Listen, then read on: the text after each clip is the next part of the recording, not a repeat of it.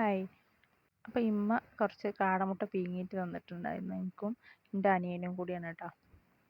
രണ്ടാൾക്കും വീതിച്ചാണ് തന്നത്. അല്ലെങ്കിൽ ഓന് ഭയങ്കര പ്രശ്നം ഉണ്ടാക്കും. അതുകൊണ്ടാണ്. അപ്പോൾ ഞാൻ വിചാരിച്ചു എൻ്റേത് ഞാൻ ഫ്രൈ ചെയ്യാമെന്ന് വിചാരിച്ചു. അവനോട് ചോദിച്ചപ്പോൾ അവന് പറഞ്ഞു ഓന് ഫ്രൈ ചെയ്യണ്ടാന്നും പറഞ്ഞു കേട്ടോ. സിമ്പിളായിട്ടൊന്ന് ഉണ്ടാക്കാമെന്ന് വിചാരിച്ചു. അപ്പോൾ ചട്ടി വെച്ച് ആദ്യം ഒന്ന് വെളിച്ചെണ്ണ ഒഴിച്ച് വെളിച്ചെണ്ണ ചൂടായി വരുമ്പോൾ അതിലേക്ക് മുളകും പൊടി ഉപ്പും മാത്രമേ ഞാൻ ഇട്ടിട്ടുള്ളൂ കേട്ടോ. എന്നിട്ട് അത് കുറച്ച് നേരം ഇളക്കി കൊടുക്കുക. അതിൻ്റെ പച്ചമണമൊക്കെ പോകുന്നത് വരെ ഇളക്കി കൊടുക്കുക.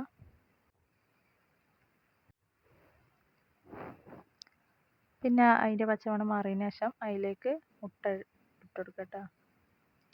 പിന്നെ അതും കുറച്ച് നേരമൊക്കെ ഒന്ന് ഇളക്കി കൊടുത്ത് വേവിക്കുക. ഞാൻ തിന്നാൻ തുടങ്ങിയപ്പോൾ അനിയൻ വന്ന് കണ്ട് അതിൽ നിന്ന് എടുത്ത് തിന്നുന്നുണ്ടായിരുന്നു കേട്ടോ. അവനും ഇഷ്ടമായിട്ട് നല്ല രസമുണ്ടായിരുന്നു തിന്നാനായിട്ട്.